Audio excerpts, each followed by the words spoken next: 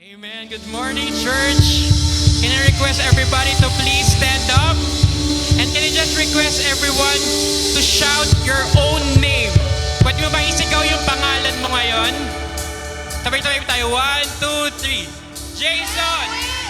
Amen. As we shout your name, the Lord is calling out that name today to worship. Amen. Let's lift up the name of Jesus in this place. Hallelujah.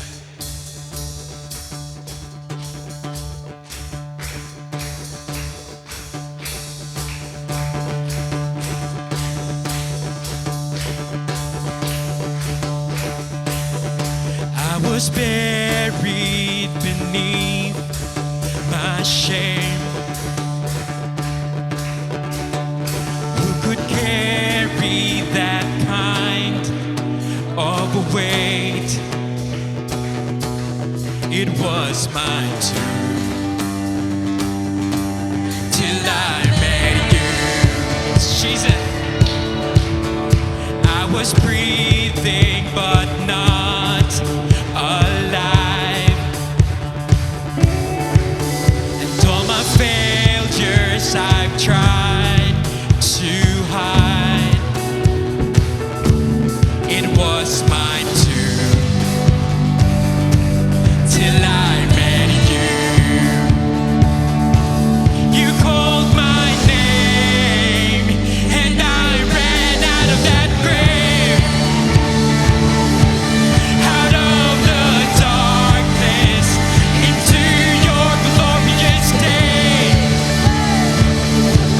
You called my name, and I ran out of that grave, out of the darkness into your glorious day. Oh, let's celebrate the Lord today. And now your mercy has saved my soul. Now your freedom is all that I know. The old made new, Jesus, when I met you. You called my name, and I ran out of that grave,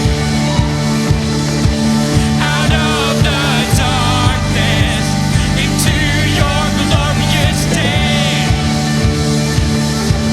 You called my name, and I ran out of that grave, out of the darkness into your glorious day.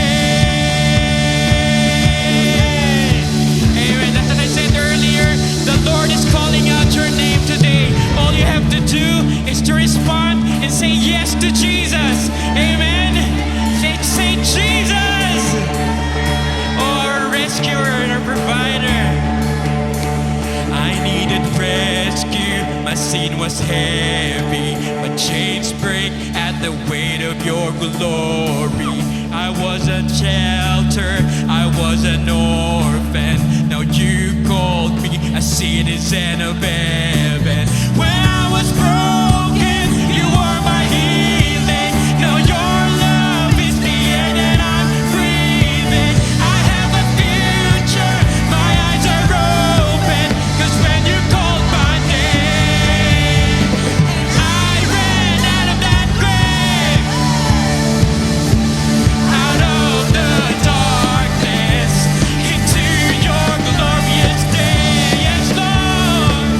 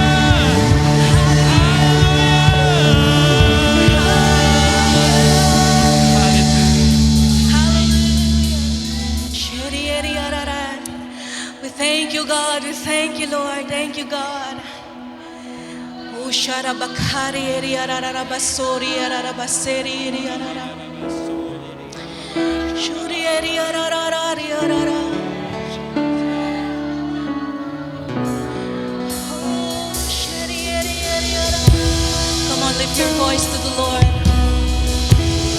There is freedom in your worship. There is healing in your worship. Come on, lift your voice to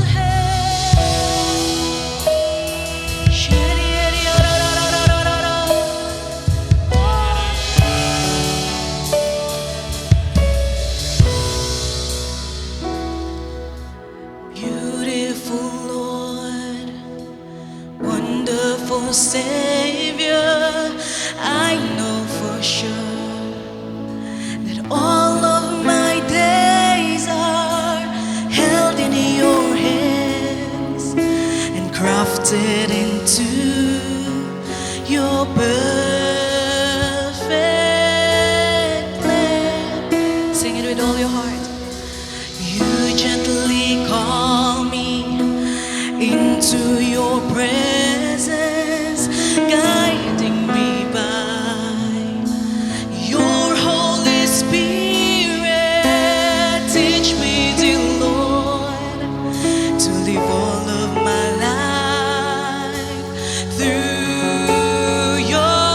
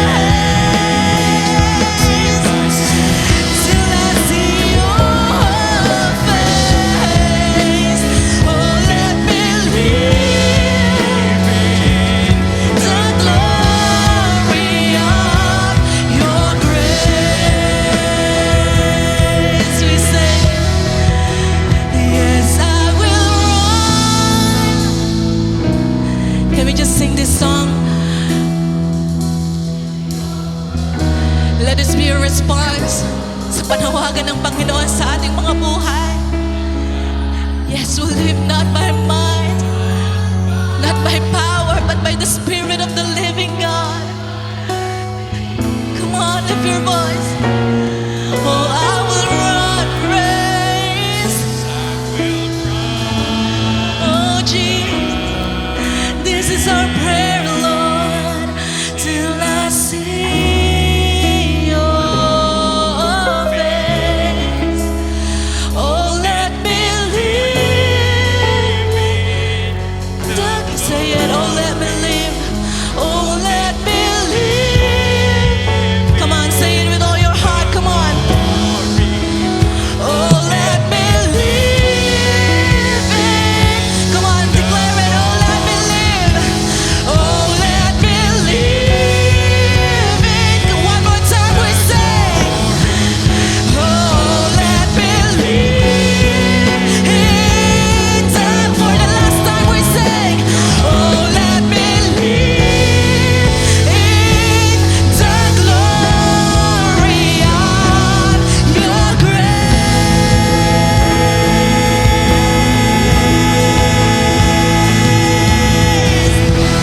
Jesus,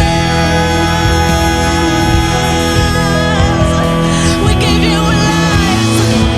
We give you our lives, Lord. We give you our lives, Lord. We live to you, Lord. Jesus, Jesus, Jesus, Jesus, Jesus, Jesus. Oh, we give you our praise.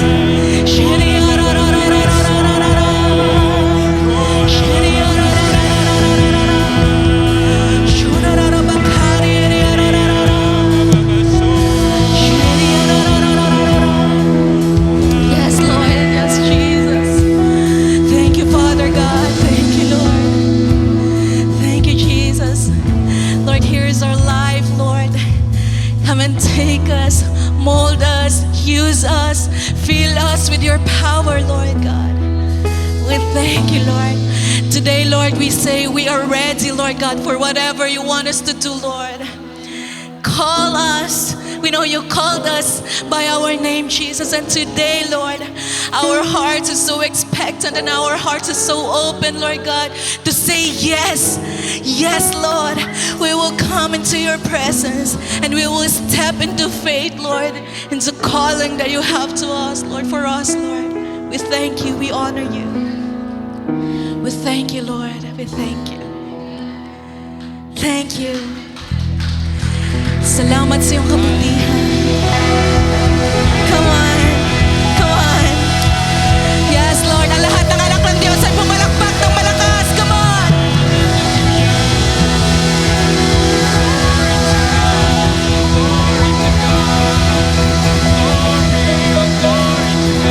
To you be the highest glory and adoration, Lord. In Jesus' name. Amen and amen. Amen. Praise the Lord. Amen. Praise.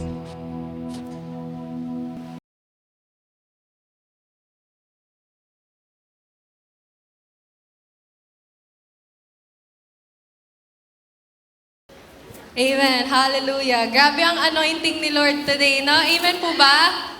Hallelujah. Hallelujah. Pwede po bang sumigaw ulit muna tayo ng pinakamalakas nating hallelujah at papuri sa Panginoon? Amen. Hallelujah! Thank you, Jesus. Thank you, God. Thank you, Holy Spirit. And tama nga po ang ating worship, napakagandang worship leader kanina na si Sister Mawin, that the Lord called us not just to keep worshiping Him, but the Lord called us to stand in faith, to believe in His truths, and to stand in His truths. And the Lord also called us to stand in faith with our tithes. And tinuturo sa atin na ang tithes natin ay ang 10% ng ating sweldo, ng ating income. But what we often forget is that tithing is more than just the percentage. Tithing is not just a number. Tithing is about the order. We can't live and continue to earn in the best way possible according to heaven if inuuna talaga natin yung mga bills. I mean, practical naman talaga siya, lalo na sa panahon ngayon, unahin yung bills, kuryente, tubig, tuition, renta, mga utang natin. But here is why tithing, even for the richest people, requires faith. Because pag hinuhuli natin yung tithes, we don't tithe. We just tip. Nagbibigay lang tayo, Lord, okay, bayad ko na yung bills ko, bayad ko na yung tuition ni baby, tuition ni ate. So ngayon may natirang tithes, ito na yung tithes ko para sa'yo. So hindi tayo nagta-tithe if we put it last. We are just giving tips. But what we must do as the children of the Lord and as citizens of heaven, citizens in His kingdom, first, you give God your 10%. Si Lord dapat ang mauna. Kapag nakuha mo na ang sweldo mo, unahin mo yon.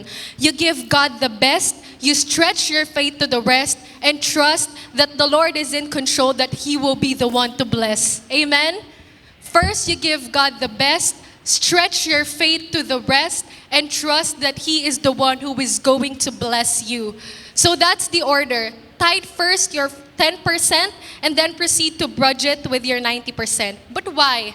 Why would that benefit us? Well, here's the list. Gumawa po ako ng rundown para ma-summarize yung napakaraming exhortations about giving before.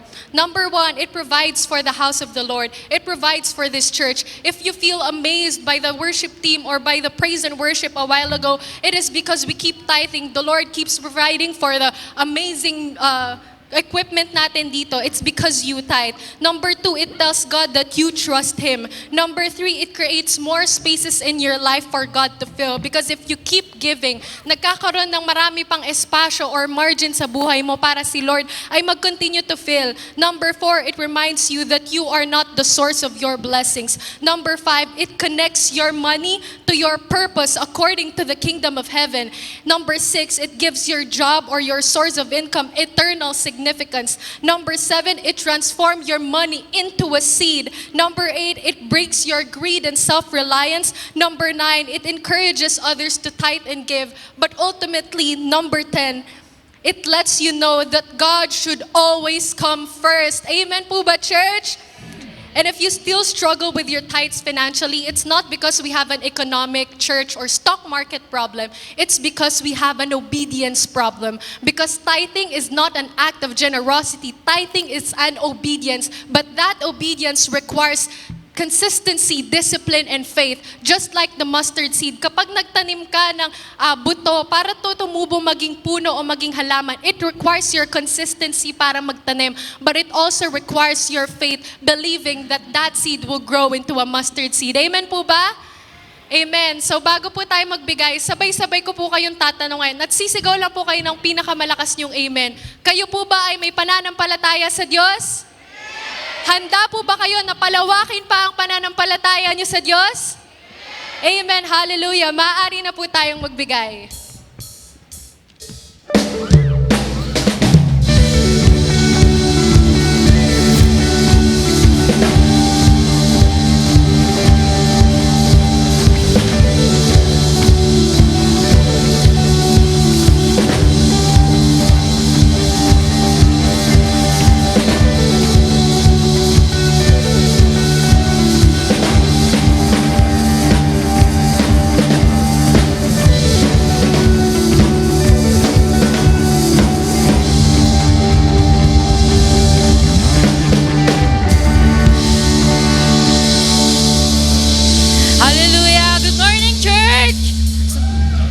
Before we proceed with our announcements po, we would like to welcome our new attendees for today po. So kapag tinawag ko po ang inyong name, maaari lamang po na tayo ay tumayo. So si Melanie Santos. Yan. Well. And Elsa Alastra. Yan, thank you. Welcome po sa Cornerstone Marikina.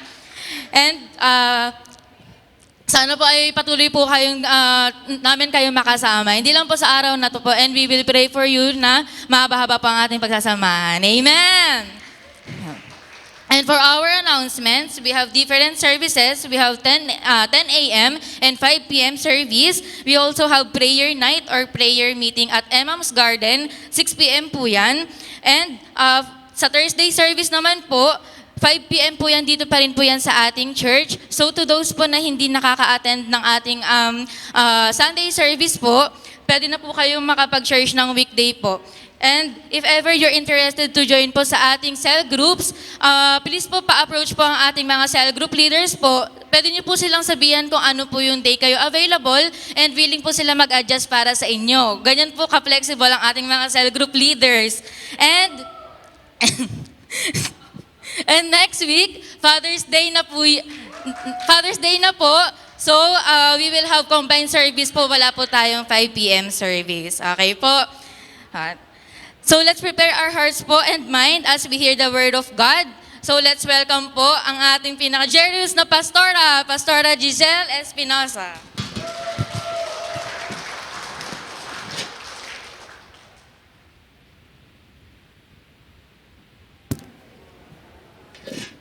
Amen. Okay na po tayo. So isang magandang umaga po sa inyong lahat. Palakpakan po natin ang Panginoon. So this is my first time po to preach in Dao ng morning. At sobrang saya po na makita yung mga happy faces. Patingin nga, ngitian mo nga muna yung katabi mo. Ayan, ang dami ko po nakitang blooming. Sana all. Anong foundation nyo? Ayan. So, once again po, we are here in the second week of our series, Calling and Responses sa ating mga buhay. At last week po, recap lang tayo, yung shinare ni PA is all about the caller and the calling. At ang Panginoon po, ang siyang caller sa ating buhay, siya po yung tumatawag sa atin at mahalaga ang bawat responses. Amen? At ngayon po, we will continue to this journey. Kaya po, kumapit kayo. Amen? Kumapit kayo. Naniniwala po ako na malaki po ang panawagan ng bawat isa. And even as we as a church, may panawagan ng Panginoon. Alam niyo po ba yon? Hindi po tayo tinawag ng Panginoon sa lugar to para umupo lang. Amen? Amen po ba? We are not called to just occupy space or sit in this church, but we are called by God to share His love.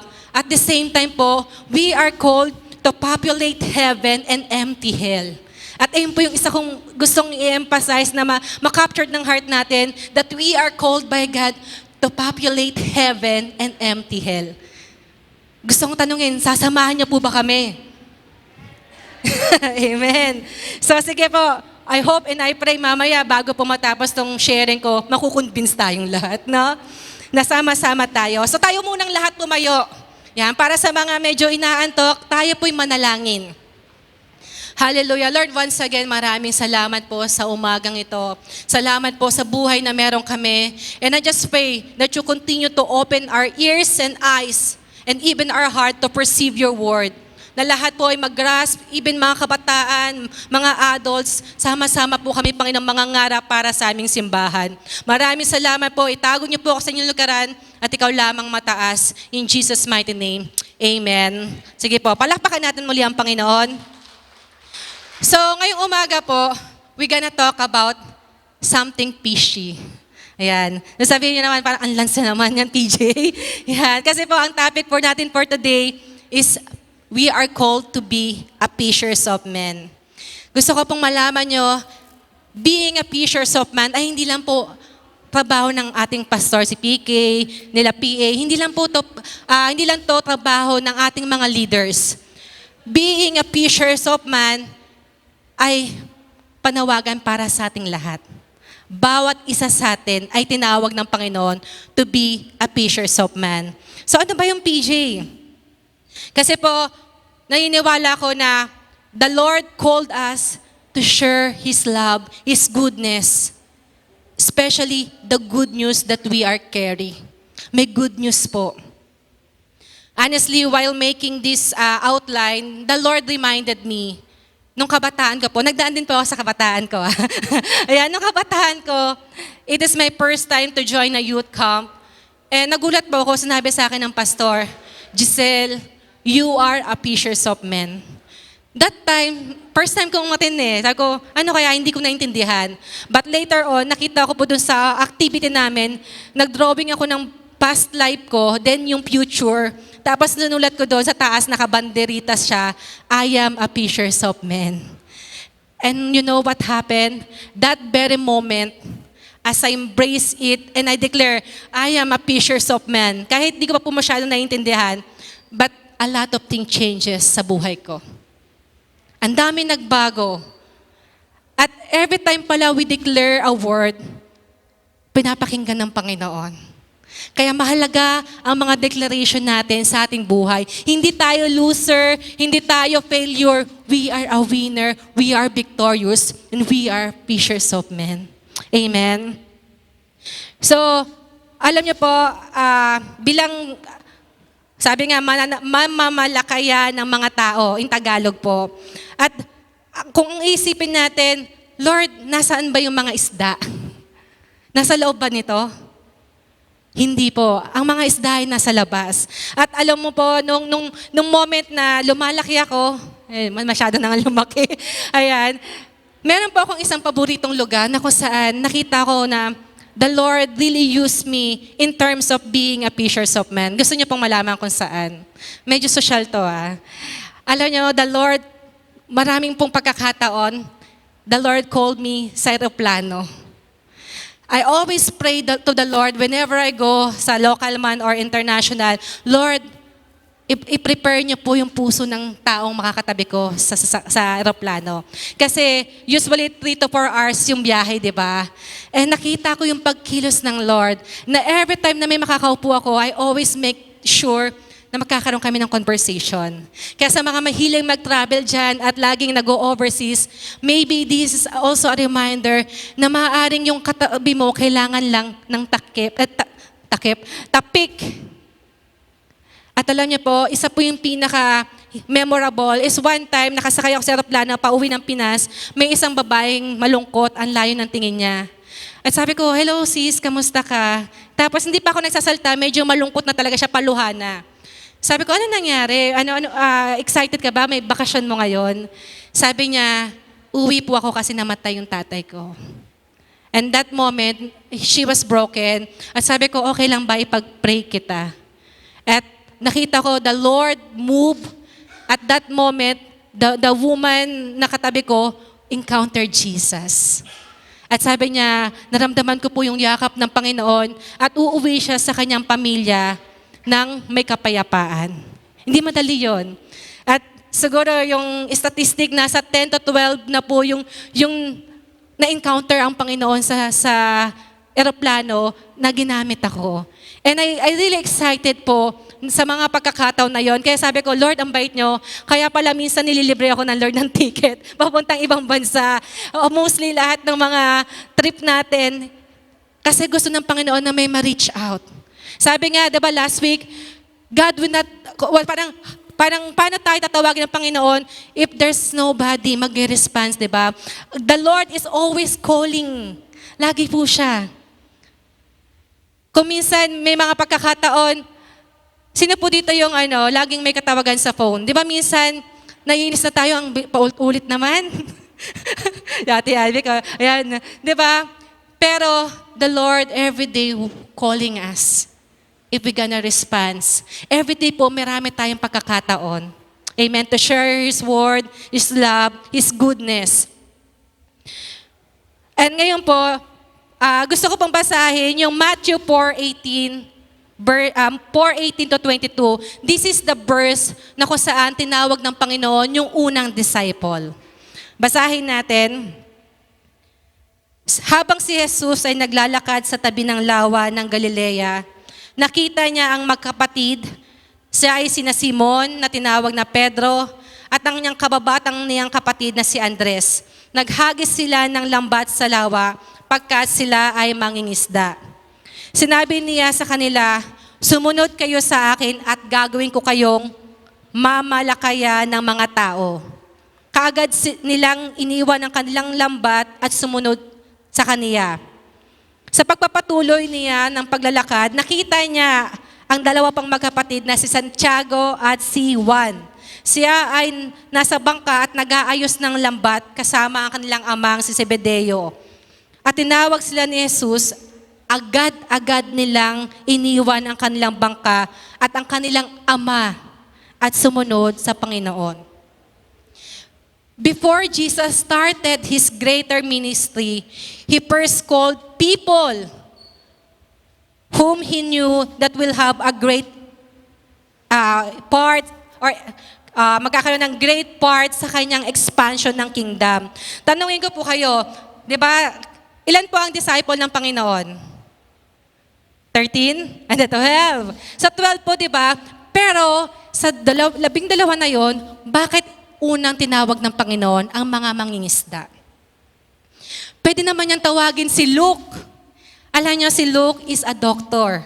Pwede niya sabihin, oh, bukas may medical mission tayo. O kaya may operation tuli. Uso ngayon eh. Yung mga kabataan namin nagpatuli doon sa Antipolo. So, pwede siya magsabi na meron tayong medical mission and para po ma-share yung word of God. Pwede niya rin unang tawagin si Matthew. Si Matthew is a tax collector, madami siyang pera. Pwede siyang magpa-concert or malaking activity para, hoy, andito po ang Panginoon, makinig kayo at i-share yung word of God. Pero, isipin natin, bakit yung apat na mangingisda? Si Peter, si James, si Andrew, tsaka si isa. Yan. So, bakit silang apat yung unang tinawag? Dahil po naniniwala ko, as a fisherman, di ba sila po ay uneducated, mababa yung sahod nila. Kung isipin, low profile. Pero nakita ng Panginoon yung potential nila. Na out of that fishermen, they will have a great exploit in the kingdom of God. Na mula sa mga mangingisda na to na low profile, makakapag-gather to ng maraming isda, katulad ng ginagawa nilang pangbingwit or paglalambat sa mga isda. At naniniwala ko, God called each one of us because nakikita ng Panginoon yung potential ninyo. Agree ba kayo doon? Each one of you, meron pong potential to bring more soul to the kingdom of God. Amen? Naniniwala ako, hindi po gusto ng Panginoon na tayo-tayo lang. Tingnan nyo nga po yung katabi nyo. Hindi pa naman tayo nagsasawa, di ba?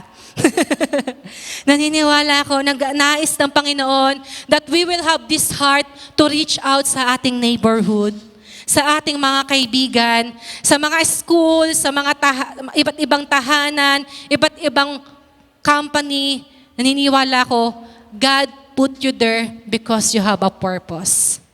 Amen. And that purpose is to be a fishers of men. Nadalahin natin sila na makilala nila ang Panginoon at makarinig sila ng good news. Amen? So sabi nga, kung isipin natin yung mga mangingisda na yon, yung ibang tao, di ba, sa Pinas, ang mga mangingisda, ang baba ng tingin nila. Pero kabutihan sa Panginoon, kung madalas nyo na po narinig to, God doesn't call the qualified, but He qualifies the called. Kasi maaaring tayo din sablay tayo. Maaaring marami sa atin dito, wala po tayo sa standard ng Panginoon. Siguro ako kahit anong klaseng audition ko, hindi ako matanggap sa worship team. Pang preaching ka na lang daw, PJ. So, naniniwala po ako, marami sa atin dito, maaaring we fall short, maraming pagkakataon. Or we're not living to the standard na gusto ng Panginoon. Pero the good news, God not looking sa anumang nakaraan mo. Hindi siya nakatingin sa mga weaknesses mo. He is looking for the future glory. At sabi niya, ay wow, itong anak kong si Ethel, ang ganito perfecto for the kingdom of God. Amen. Ang Panginoon, tinitingnan niya ang bawat isa according to our purpose. Hindi sa past life natin. Amen? Kasi kung past life lang lahat tayo, bagsak. At kami din po, ako din, bagsak tayo. Kaya salamat po sa biyaya ng Panginoon na patuloy. Ito pong mga mangingisda na to is a testimony na kahit sino pwedeng tawagin ng Panginoon. Kaya sabi mo sa katabi mo, tinawag tayo ng Panginoon. Yan, excited tayo kasi may panawagan tayo. And this call po, gusto kong i-highlight, is a general call. Kasi po sabi nga, di ba, may mga specific call ng Lord, pastor, leader, evangelist, or yung fivefold ministry natin. mga musician dito, pero there's also a general call na ang bawat isa gusto ng Panginoon, we will have a role to play. Amen? So tandaan natin, dito sa Dao, madami pang mga taong hindi nare-reach. Marami pang mga kaibigan or kapitbahay or maybe your relatives. I hope and I pray na through this message, we will not be complacent or parang na relax lang tayo. But our heart will just magkaroon ng fire na kung saan, Lord, o nga no, ang dami ko palang kaibigan na hindi ko na-invite sa church.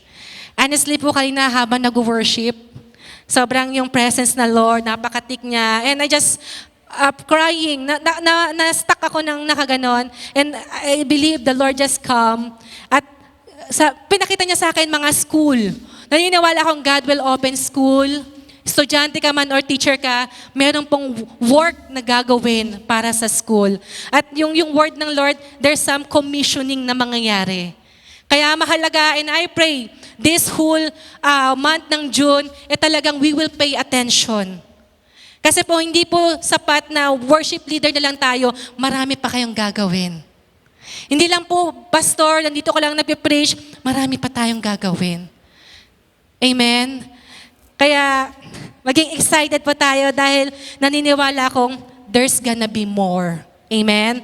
Sabihin natin, Lord, thank you. There's gonna be more. Amen. Thank you, Jesus. Ayan. God entrusted us this church na napakaganda, napalaki, kasi naniniwala siya na through us, through you, kabataan ka man, magulang ka man, we will fill this place with a soul na hungry para sa Panginoon. Amen? Naniniwala ako na hindi lang po tayo, basta tayo-tayo lang. Time will come, it will explode. Katulad po nung nangyari sa atin sa taas, di ba, sa Markinton, hindi na tayo doon. Dito na tayo in order for us to bring revival, to rekindle the fire sa puso ng mga tao sa lugar na to. Ang dami dyan. At gusto ko pong i-share sa inyo yung 3 bagay. As a fishers of men, katulad po ng kanta kanina, God called you by name. Number 1. Napakahalaga nito. As a fisherman, yung 4 na lalaki, pinigyan ng Panginoon ng pangalan, John, Peter, Andrew, James, tinawag sila by name. Kaya sabi ko nga, ang galing ng mga song sakto lahat dun sa parang 3 points ko, andun na silang lahat. And I believe God orchestrated everything. Kasi meron po siyang sinasabi at gustong sabihin sa atin. God, katulad ng sinabi ni Jason kay Natage, sabihin mo, tawagin mo yung pangalan mo. And I believe it is God who is calling us by name. Kish, Jared, Ate Nori, God called you. Sino dito yung first generation Christian? Kayo yung unang nakakilala sa pamilya nyo na Kristiyano? Meron, ayan. At gusto ko pong malaman nyo na hindi aksidente kayo yung nauna. Kasi naniniwala ang Panginoon na through you, you can bring your family. You can bring your relatives. Especially po yung sa mga barkada. Di ba minsan, ikaw yung unang naging Christian sa barkada. Naisip mo, Lord, nakakatakot naman. Nakakaya, syempre kasama mo sila sa inuman, sa galaan. Tapos ngayon, one way ka na. Dati, saan kayo nagpupunta. Tapos ngayon, hala, Christian ka na, may conviction na. Ano pong Lord gagawin ko? Pero wag tayong matakot, wag po tayo magpasindak dahil yung mga peer pressure na yan, isang way lang ng kaawayan to bring us down. But as you stand up and say, binago na ako ng Panginoon, tinawag niya ako to be His mind, no? To be God's people. Sabi po sa Matthew, sa Deuteronomy 7:6, for you are a holy people to the Lord your God.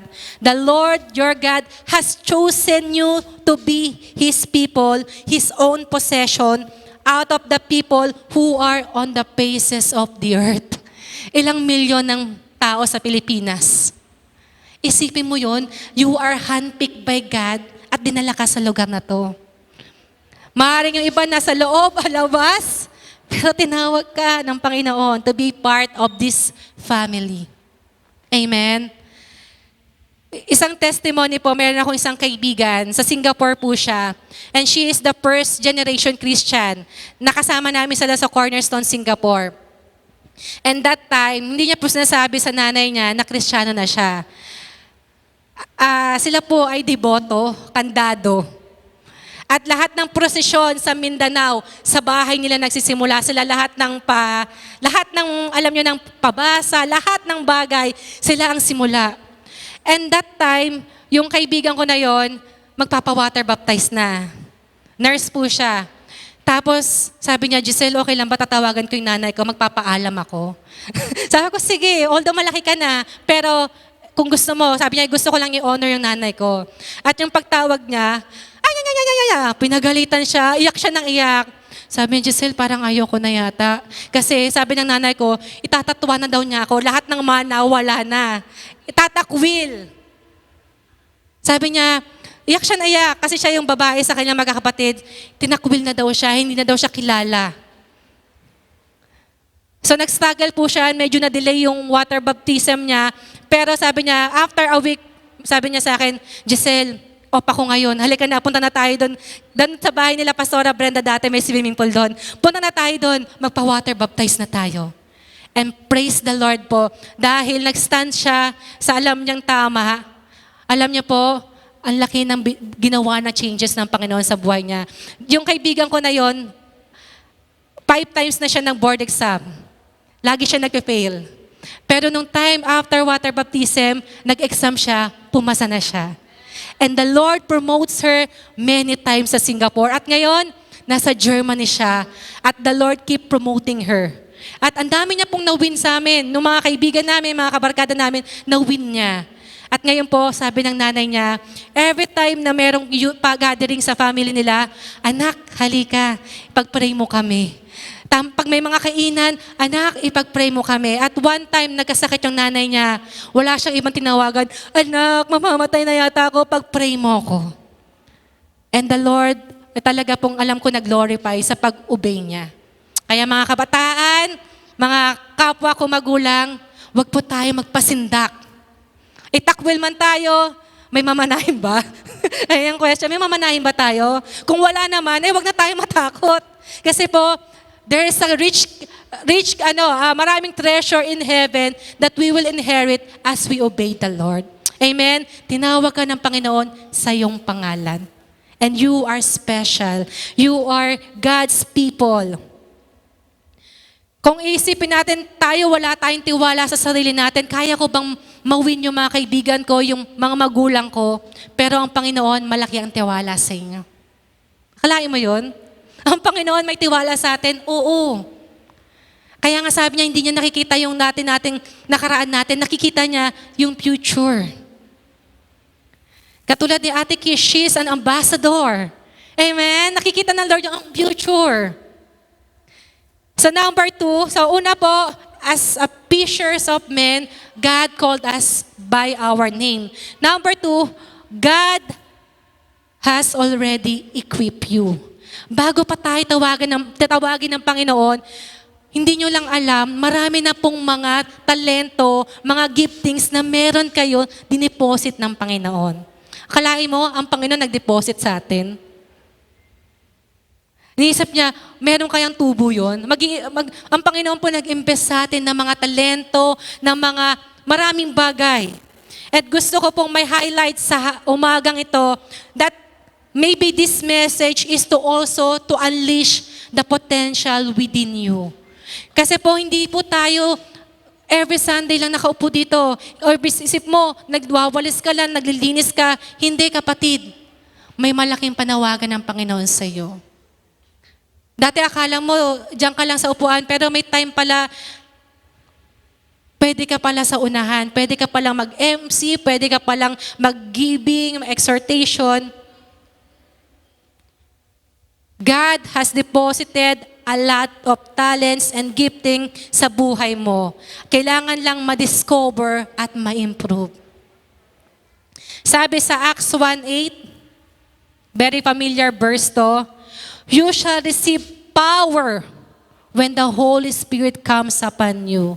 And you shall be my witnesses to me in Jerusalem. Jerusalem po, ito yung mga closest family natin. Ito yung Jerusalem natin, pamilya natin. In all Judea, Samaria, and to the ends of the earth.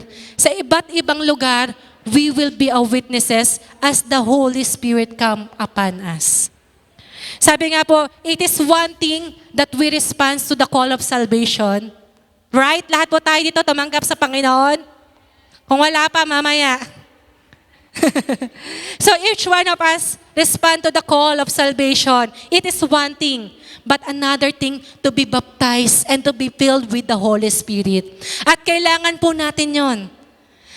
Because the Holy Spirit will be our fuel. Ito po yung driving force natin to go sa iba't ibang lugar. Kahit despite of rejection, mga discouragement, the Holy Spirit will keep you going. Katulad ni Jordan, di ba?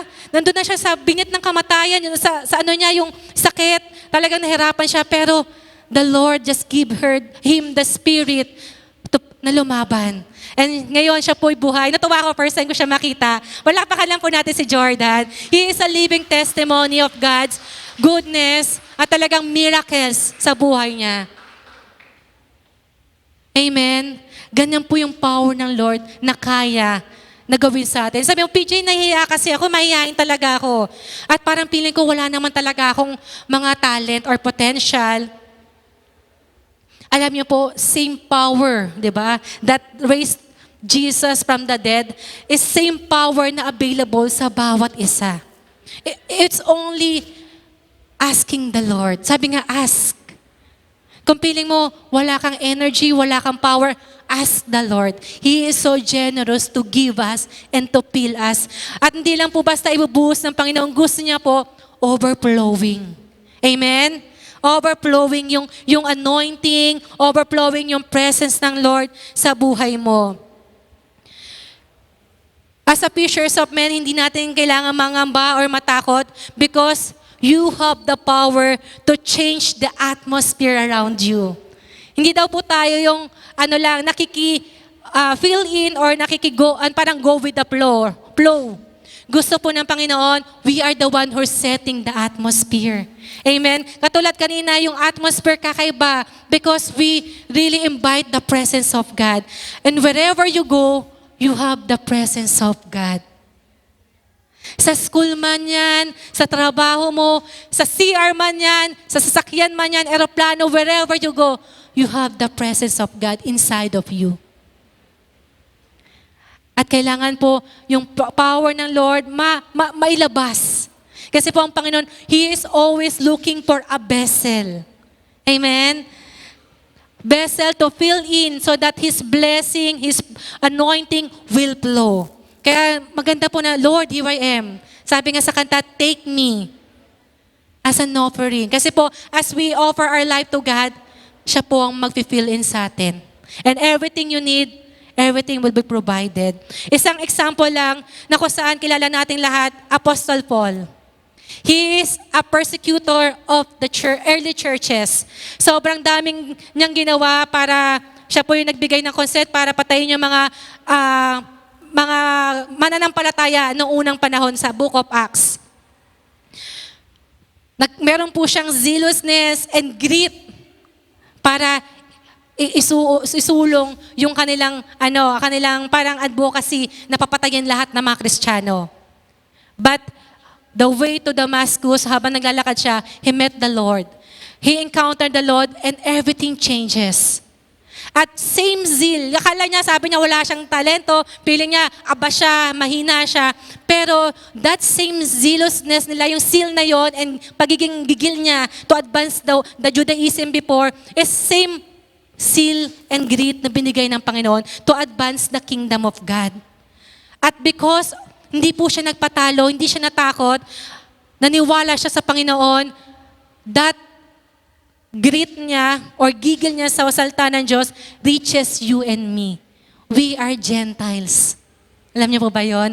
Tayo po yung mga hintil, but by the grace of God, tayo po ay naligtas. At malaki po ang kapakanan, malaki po ang kinalaman ni Apostol Paul. Amen? So ano ang meron ka ngayon? Tatanungin kita. Cash? Anong meron ka? Milyones? Anong meron ka? Ano po? ATM, may laman ba yan? Kaskas na natin. So ngayon po gusto kong tanungin, anong meron ka na pwede mong ipagamit sa Panginoon? Kasi po lahat meron. Ako, one time po, meron ako isang panaginip at that dream, nakita ko po sa highway, maraming mga tubig. Nakita ko yung mga tao na nanguhuli sila ng isda. Pero nahirapan sila, wala silang mahuli. Frustrated na sila na hindi sila makahuli. Magkabila ang side ko, hindi sila makahuli ng isda. Tapos po ako, nakita ko, naglalakad lang ako, yung mga isda tumatalon sa akin. So nakita ko, may hawak din akong lambat, sumushoot po sila. Sila yung sumushoot, sila yung nagpupunta doon sa lambat ko. At nakita ko ang tataba ng isda. At naniniwala ko, hindi po yun dahil magaling akong kumanta or sumayaw, kasi hindi totoo.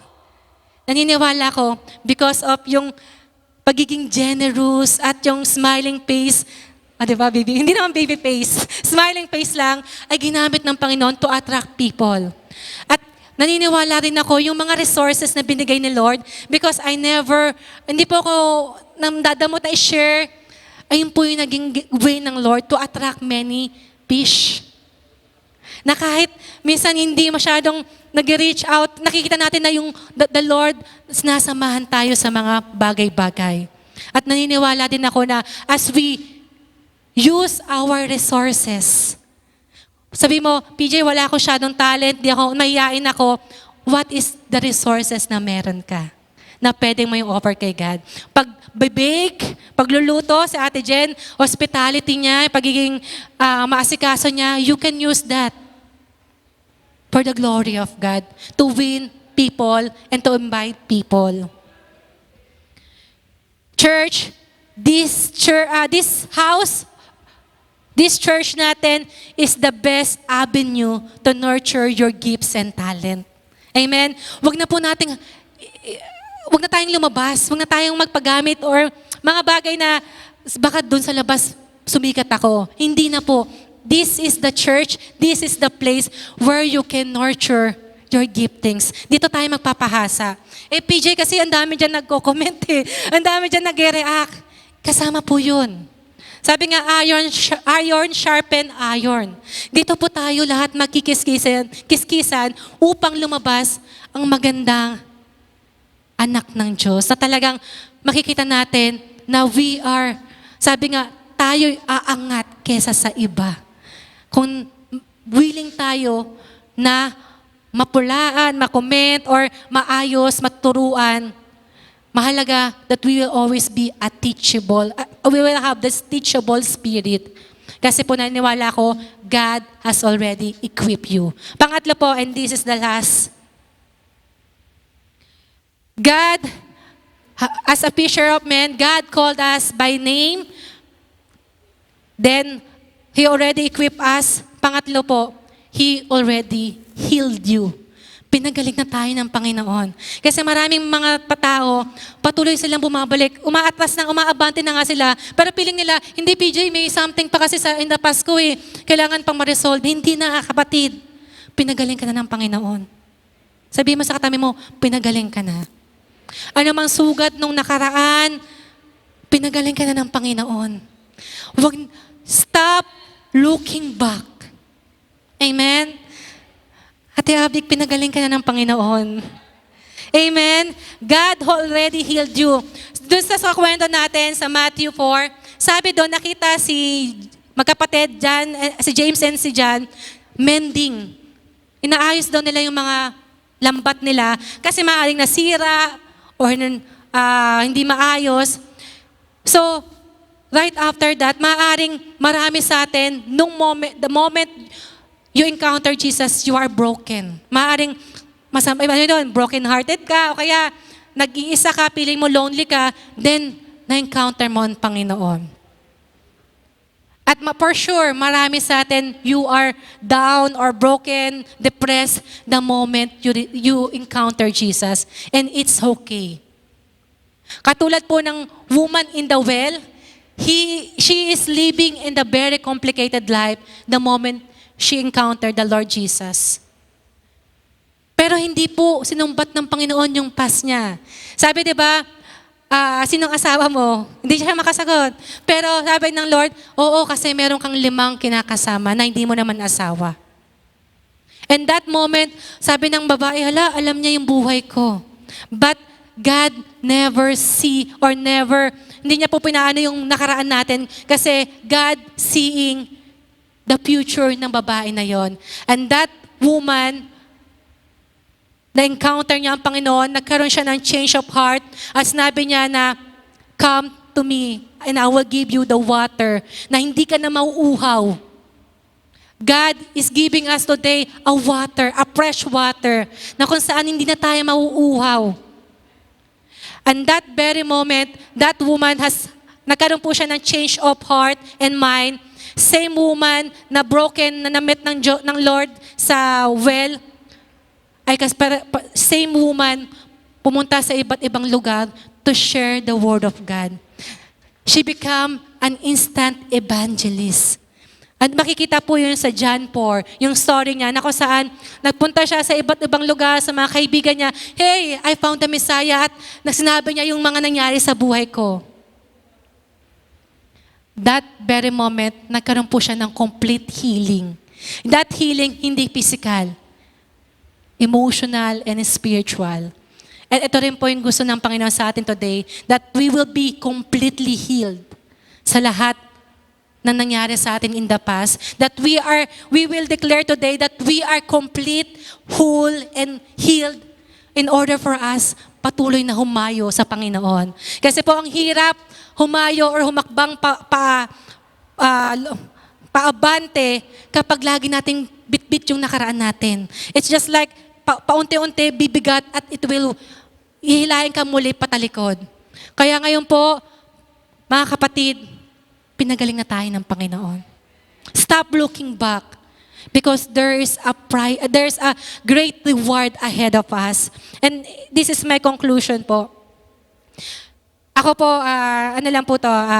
example lang, as I see yung insurance industry, may term po sa amin na once na nakapag-close deal ka, they are tagged as save life. Kunyari, kumuha siya ng insurance, save life. At alam niyo po, nagulat ako noon yung bago ako sa insurance kasi nagrema siya. Kasi itong tao na to, maybe she or he is saved because of the insurance. But his spirit is not. At nagkaroon po ako ng burden na sabi ko, Lord, I pray, gamitin mo po itong insurance industry na to for me to share the Word of God, to share na kung saan hindi lang po sila maliligtas physically, but spiritually. And I thank God because in honor ng Panginoon, na true dun sa aking part-time po na ginamit ng Lord for reaching out people. Kasi sabi nila ito sa news, sad truth, according to the study, there's a lot of people dying without insurance. Malungkot talaga yon.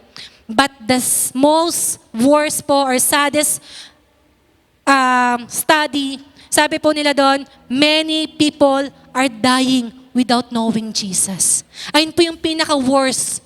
Kung ang natin yung physical na bagay, but there's life after death. And hell is real, mga kapatid. At lahat po ng hindi tumanggap sa Panginoon at hindi sumampalataya, there is a judgment, impending judgment for us. And hell is real. At nais ba natin makita yung mga kaibigan natin, mga kapitbahay natin, mga kamag-anak natin sa lugar na yon? I hope it will be a wake-up call to us to rise up and to really respond to the call of God that, hey, church, hey, each one of you, we are called to be a fishers of man. So purihin po natin ang Panginoon, palakpakan po natin siya.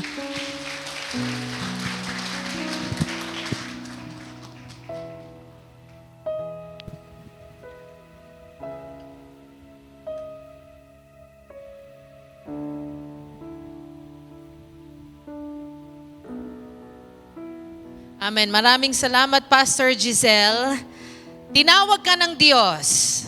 Amen? Pwede mo bang sabihin, tinawag ako? Sabi mo sa katabi mo, hindi lang ikaw.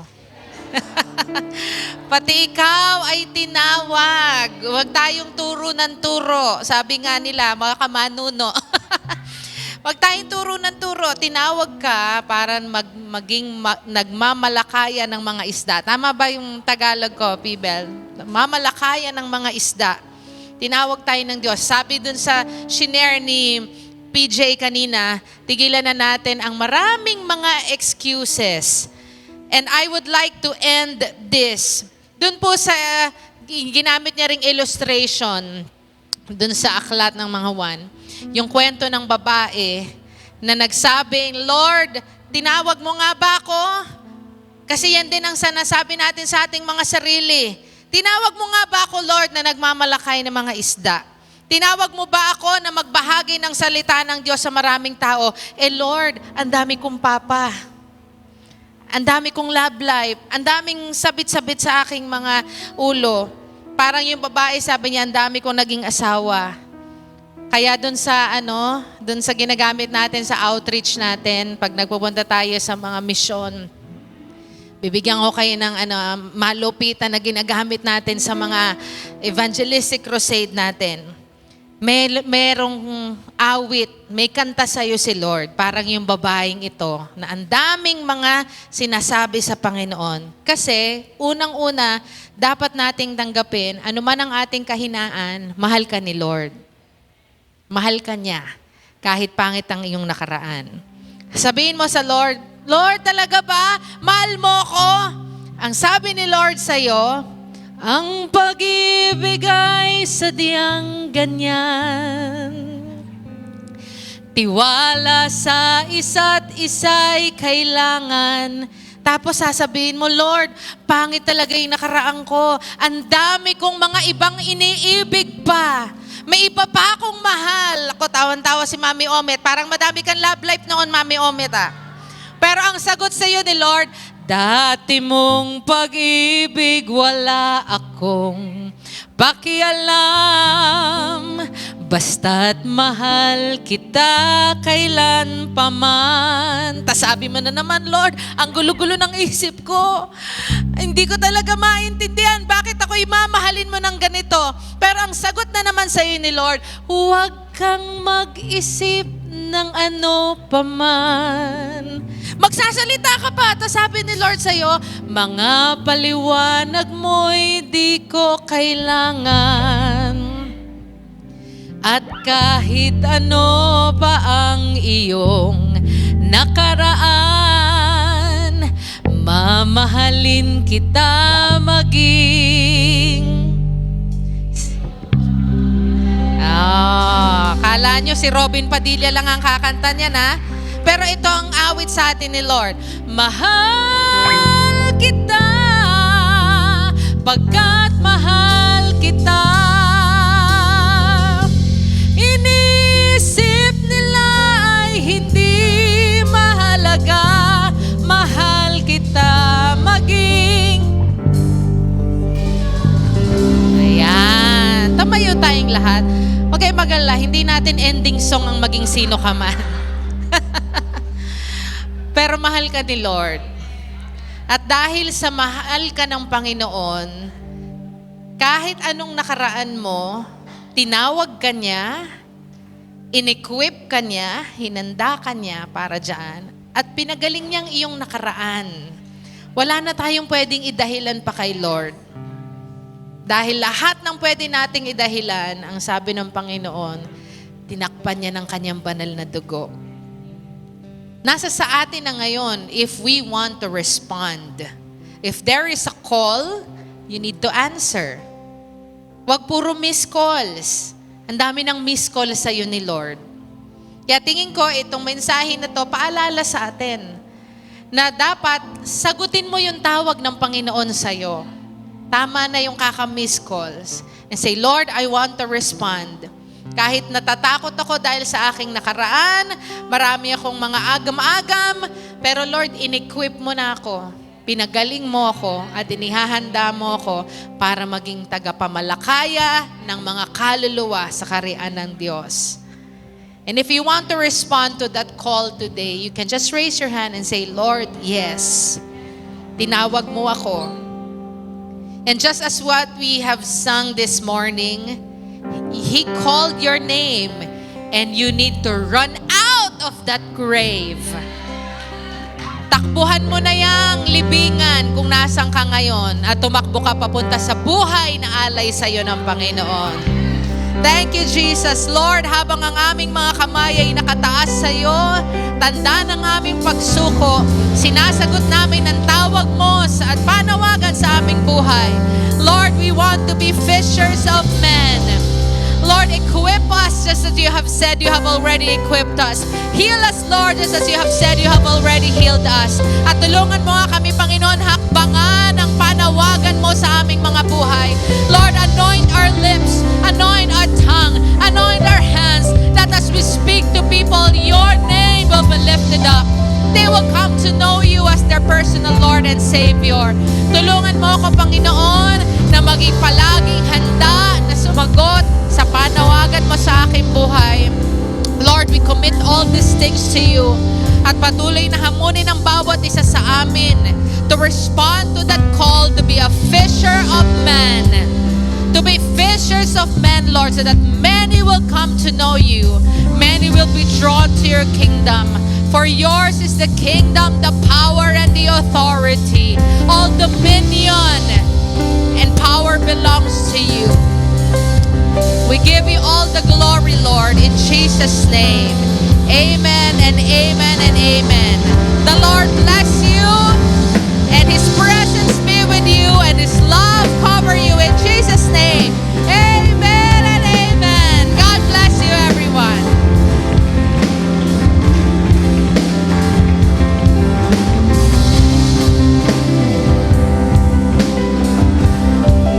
Amen. Wag po kayong aalis na hindi kayo naipanalangin o hindi po kayo nakapagpanalangin ng iba. Come on, church. Let's pray for one another before we all leave.